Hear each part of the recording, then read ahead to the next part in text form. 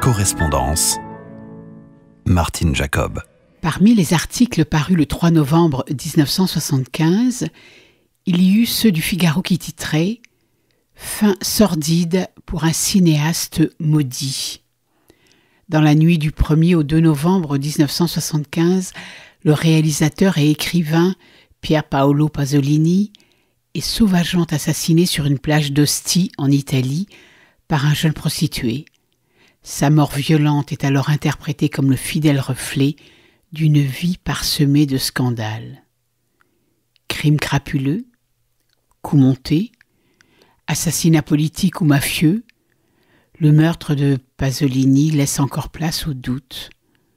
Le 2 novembre 1975, les carabinieri qui découvrent le corps du cinéaste sur une plage d'Ostie peinent à l'identifier tant l'homme a été martyrisé.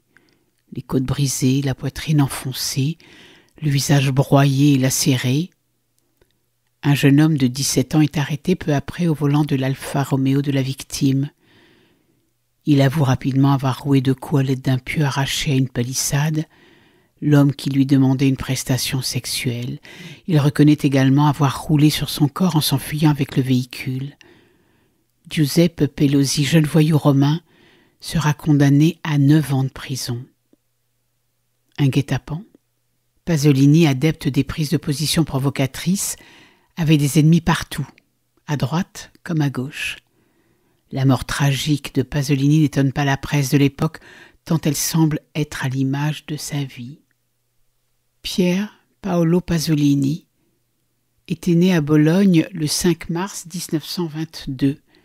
Son père étant officier d'infanterie, il avait connu très tôt la bohème des changements de garnison. En 1943, alors que le régime fasciste vacille, Pasolini rêve de liberté, de mieux-être, de communisme. Pourquoi pas? C'est à Rome après la guerre qu'il s'en convaincra. J'étais professeur, écrit-il, dans une école secondaire. Démuni d'argent, je n'avais pu me procurer qu'un logement inconfortable dans un faubourg populaire. La misère, on peut la toucher du doigt à 2 pas de l'élégante Via Veneto, à quelques minutes du Vatican. On retiendra de Pasolini des chefs-d'œuvre dans tous les genres, au cinéma, au théâtre, ainsi qu'en poésie. On se souvient du Décameron, des contes de Canterbury et de Théorème. Dans sa correspondance abondante, les lettres à son ami Franco Farolfi figurent parmi les plus sincères et les plus émouvantes. 22 août 1945. Cher Franco, dans tes lettres, tu n'es pas complètement sincère. Tu me demandes ce qu'est mon ombre, mais il est facile de te répondre. C'est l'absence de mon frère qui me fait mesurer non plus intellectuellement, mais concrètement, notre vie insensée et jamais résolue. Je me regarde toujours de ton point de vue et je me vois rouler dans un train de Casara à Bologne, aller-retour, comme un fou dans un corps. Mais je ne peux rien dire d'autre sur moi parce que tout est disproportionné avec l'énorme silence qui nous a séparés et je ne vois pas l'utilité de recommencer un dialogue interrompu quand la mort accapare aussi exclusivement mes pensées. Tu me demandes si je suis heureux? Et je te réponds en te demandant si tu délires. Je suis malheureux, mais pas ennuyé. La vie a un sens précis et c'est vers mon être infini. Je ne vais plus au-delà de cette pensée, ni vers les hommes, ni vers Dieu. Je vois tout si infini que je ne peux plus m'occuper sérieusement de rien, sinon en le regardant sous l'aspect de l'infini. Mais ce que je ne sais pas, c'est ce qu'est ton ombre, puisque tu étais en veine de confidence avec un dénommé Pier Paolo et qu'il est resté exactement le même que celui que tu as connu et aimé à Bologne. Tu aurais pu le faire complètement, sans autant de gribouillis et de mots sibyllins. Oh, ne crois pas que je m'occupe de toi par bonté d'âme. Je ne le fais que parce que je suis vivant. Je suis désolée en revanche de ne pas pouvoir te faire un discours sensé, mais c'est la faute de ton style épistolaire qui me fait regretter tes effusions et incertitudes d'autrefois. Mais j'espère encore t'entendre râler pour mes cheveux avec ton peigne de poche à la main ou te voir manger les oiseaux en dépiotant les petits os, l'un après l'autre. L'affection qui nous lie s'est révélée absolument disproportionnée avec l'immensité de notre égoïsme, et en ce sens, je te conseille de lire les maximes de La Rochefoucauld. Toutefois, il faut tenter de vivre, on ne sait pas pour quelle raison, et ensuite, il faudra aussi cultiver notre affection qui a vraiment beaucoup de choses irremplaçables, c'est-à-dire nécessaires.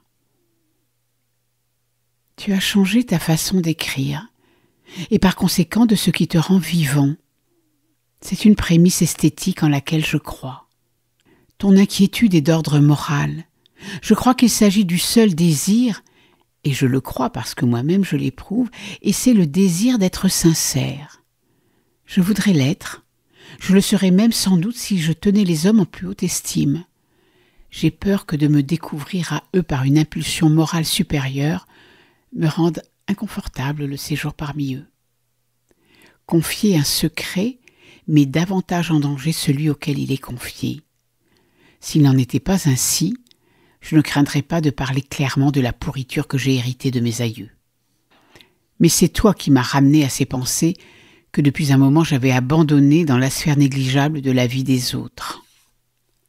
Les origines de ma poésie, qui est le seul sens de mes journées absurdes et très ordonnées, les origines de ma poésie sont très profondes, mais elle s'en est coupée depuis un bout de temps. Les connaître me les a arrachées. Je suis entrée dans un monde sauvage, sans plus aucune formule. Je suis à l'intérieur de moi-même, dans une solitude atroce, inhumaine. Et de plus en plus je m'enferme dans ce désert d'où, en me tournant, je revois le monde rendu à son objectivité originelle et redoutable. Voici que je te parle de moi, misérable que je suis, et toi, qui est peut-être l'ami auquel j'ai le plus enlevé de bandeaux sur les yeux, l'ami qui me regarde avec le moins de pudeur, pardonne ces effusions dont je n'ai plus besoin, mais qui échappent à ma plume pour la seule et unique raison que je t'écris, c'est-à-dire pour une raison de solidarité. Quand cette dernière sera retrouvée, et que nous nous tiendrons bras dessous, et que je me foutrai de toi pour tes éternelles petites amies, la chose, espérons-le, se présentera en termes plus simples, et commence donc dès maintenant à faire comme si tu n'avais jamais lu cette lettre que je t'ai écrite pour respecter les convenances. Je t'embrasse affectueusement. Paolo.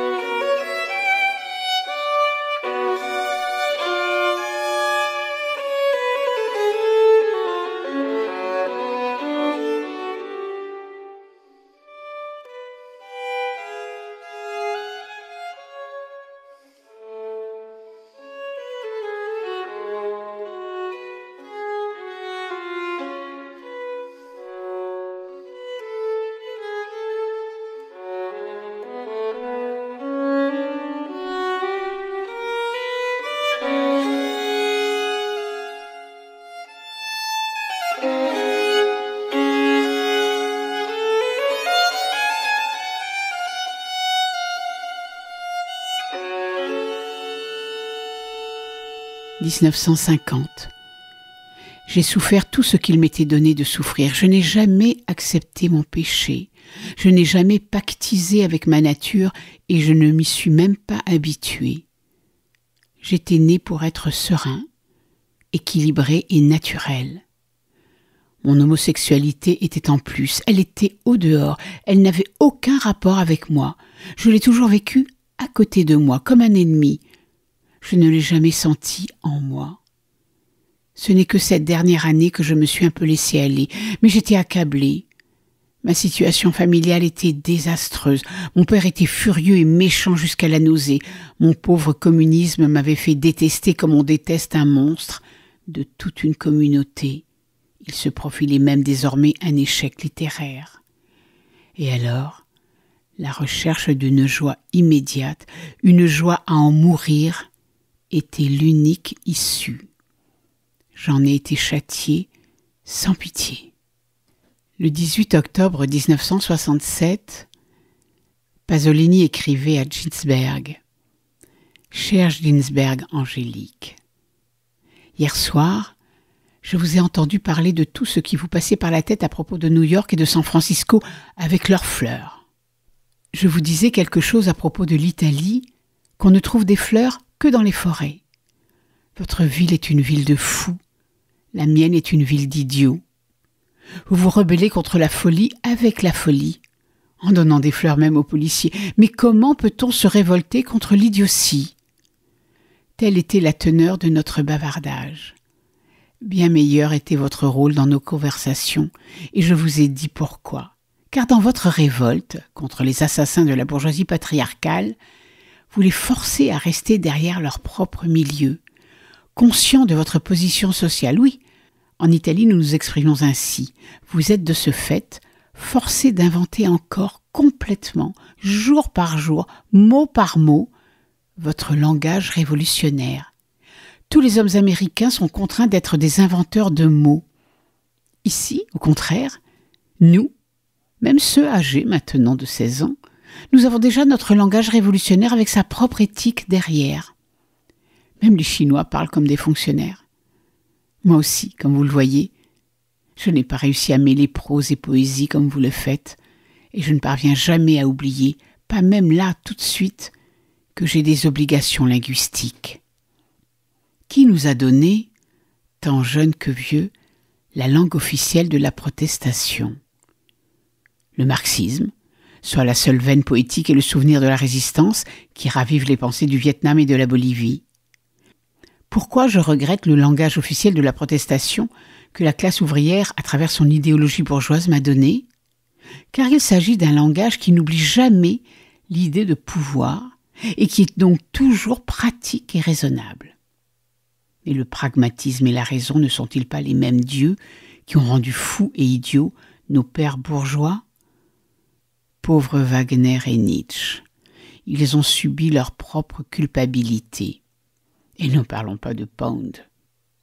Il fut, selon moi, un scrupule, une fonction, la fonction que leur ont donnée la société des pères fous et idiots, cultivateurs du pragmatisme et de la raison, pour garder le pouvoir, pour se détruire eux-mêmes.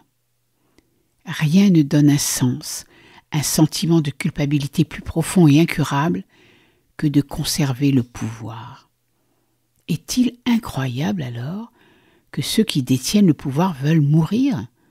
Et de ce fait tout le monde, du divin Rimbaud au fondant Cavafy, du sublime Machado au tendre Apollinaire, tous les poètes qui ont lutté contre le monde du pragmatisme et de la raison n'ont rien fait d'autre que de préparer le terrain comme des prophètes du dieu de la guerre que la société invoque, un dieu exterminateur.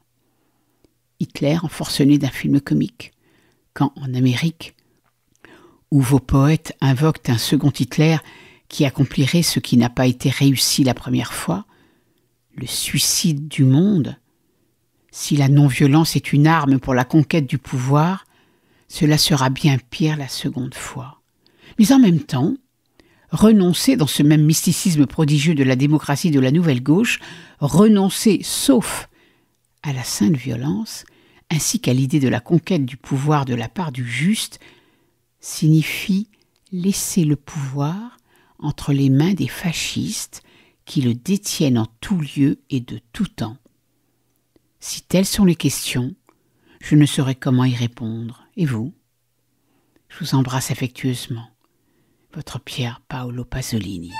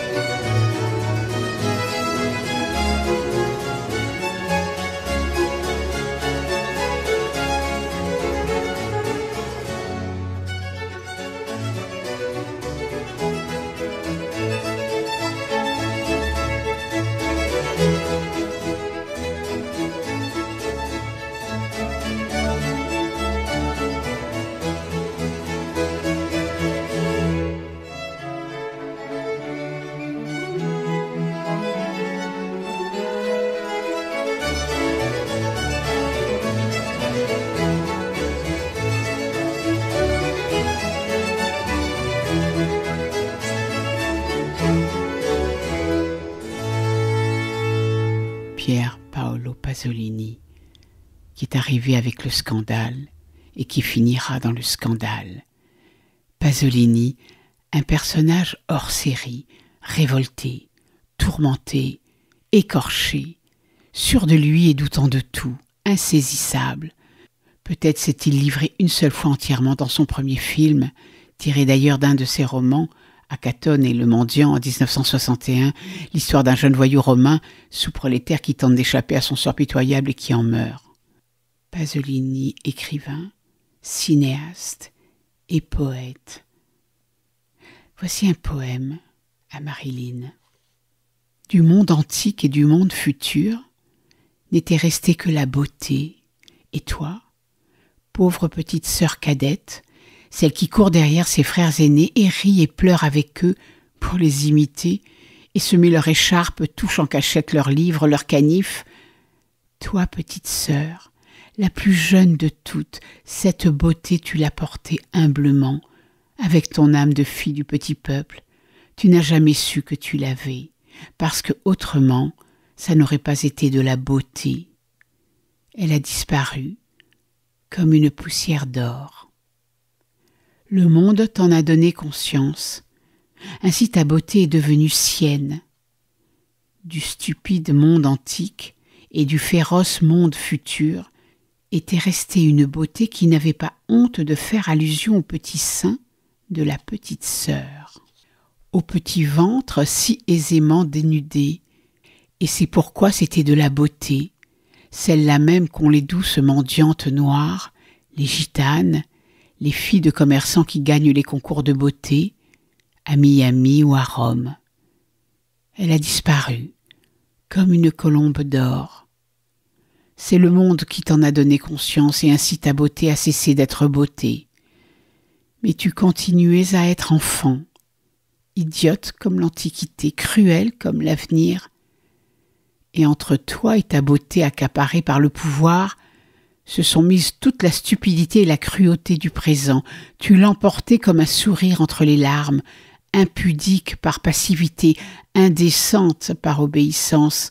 L'obéissance exige bien des larmes qu'on ravale, et de se donner aux autres regards trop gais qui demandent leur pitié.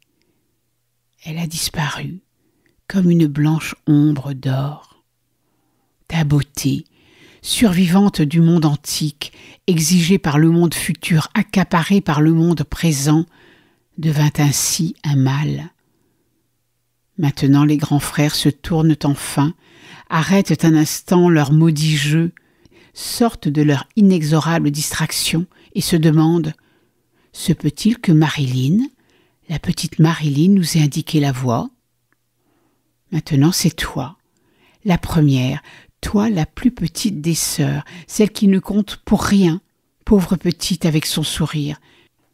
C'est toi, la première au-delà des portes du monde, abandonnée à son destin de mort. When Mr. Southwind sighs in the pine, old Mr. Winter whimpers and whines.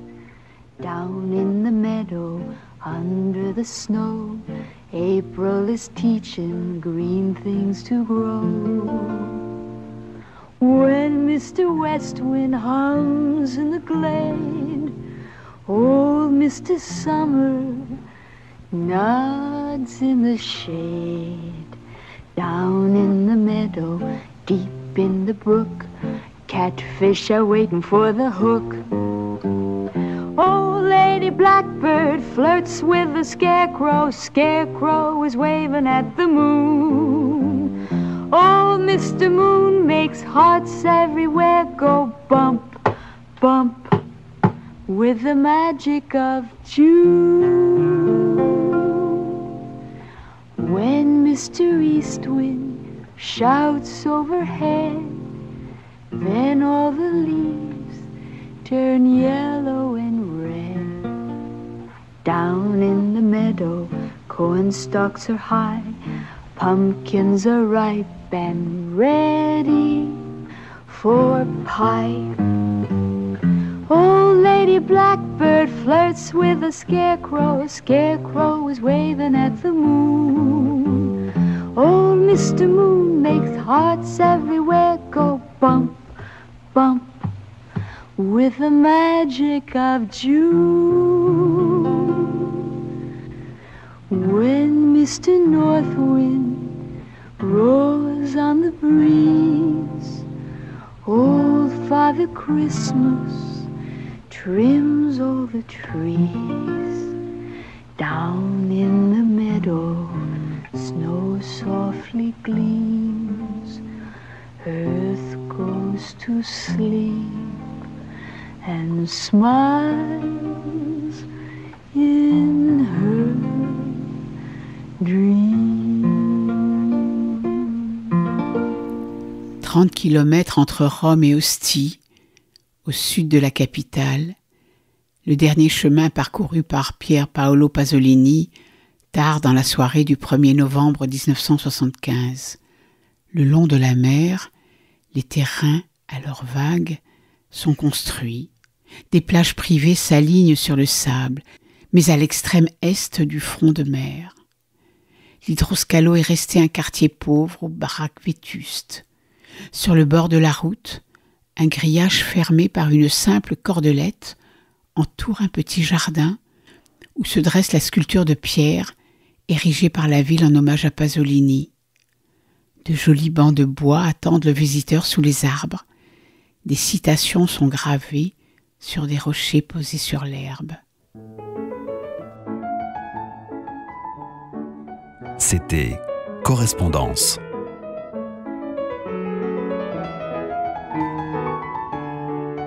Une émission préparée et présentée par Martine Jacob.